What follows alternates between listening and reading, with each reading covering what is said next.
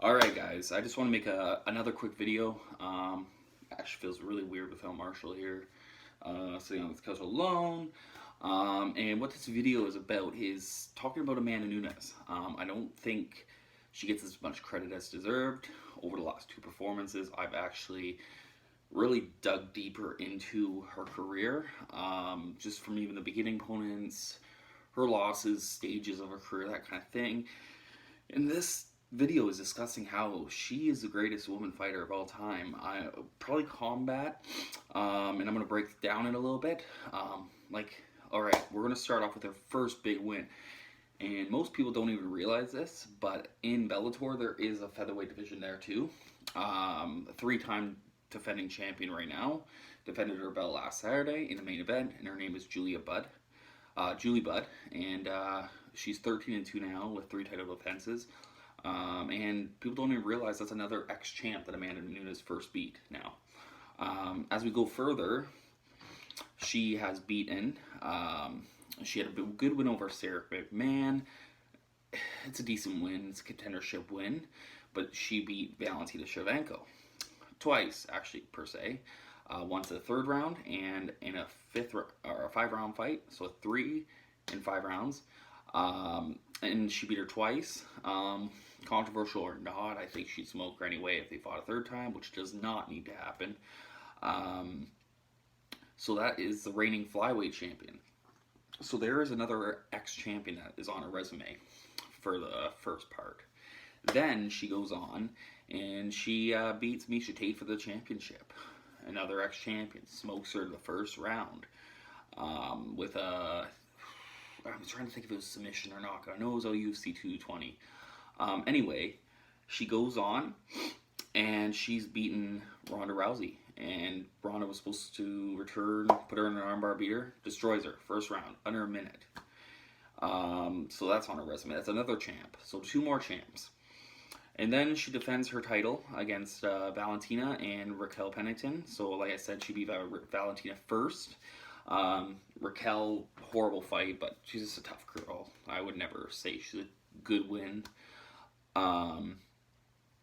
And then she goes on and smokes Chris Cyborg for the title. So now she's a 2-division champ. She's beaten the featherweight reigning champion in Julie Budd. And she's beaten the greatest featherweight, they say, Amanda Nunes. Crazy. And then this 2 weeks ago on the Jones Santos card, UFC 239, sorry, my correction. She goes in. What's this? Another first round stoppage. So it's not like she's winning these fights gradually. She is destroying the competition. Not even close. It's kind of like Mike Tyson for women, but she's just so technical. First woman champ. Like, how can you not say she's a great champ? Take this into consideration. And I'm not jumping on no bandwagon. I've never really been a fan to the last 2 fights. Actually, was not a fan of her at all. But it's hard to deny greatness. And I just don't. I think her resume now speaks that it just can't be redone. Like, she's beaten every former bantamweight champion. She's 2-division champ. She's beaten the Bellator featherweight champion. Like, it's pretty unheard of. She might have the best overall resume, even in MMA history, besides John Jones. Even that is questionable, because hers might be better, just for how she's. If you think and look deep, who has beaten?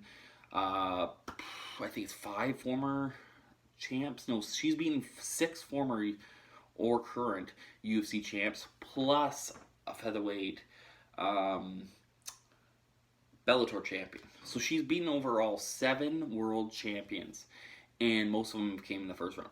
Oh, and sorry, at the beginning of her career too, she did beat GDR, who just won Saturday.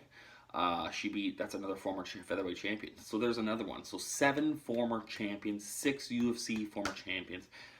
Valentina's still current. That is how good her wins are. Now, my personal opinion, she should probably retire. Like, what else does she have to do? They're probably going to give her GDR again, but what does that do for her? I mean, she already was talking about retirement. I would love to see her fight maybe Chris Cyborg once more. I think she should give up her bantamweight title now. Just fight once at Cyborg. If Cyborg wins, fight Felicia Spencer. If Spencer wins, obviously. Even in that case, I don't. I think the Cyborg fight only makes sense. So if Cyborg loses, she should retire. I just don't think anyone can do what Amanda Nunes has done now. Um, it's just unheard of. Like I said, if you really dig deep into her resume and what she's done, it is unreal. Like she's defended the belts, and she's knocking these people out. So how, if you can, like some people are going to say, oh well, she lost to Zingano and this. Like people have losses. It's what you come back from these losses, and look what she's done. And no woman has beaten the competition as she has. Period. I mean, you're talking about she knocked out Holly Holm, who was an 18-time boxer. Like, you're talking about just destroying, not even close. So, comment below if you have an argument. But I just don't see any argument besides saying, oh, she has 4 losses. And in her career, that doesn't count. Great people look at Manny Pacquiao, for example, boxing. He has losses. All great fighters have losses, for the most part.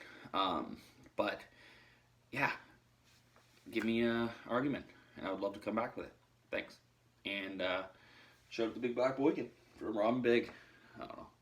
All right, have a great day.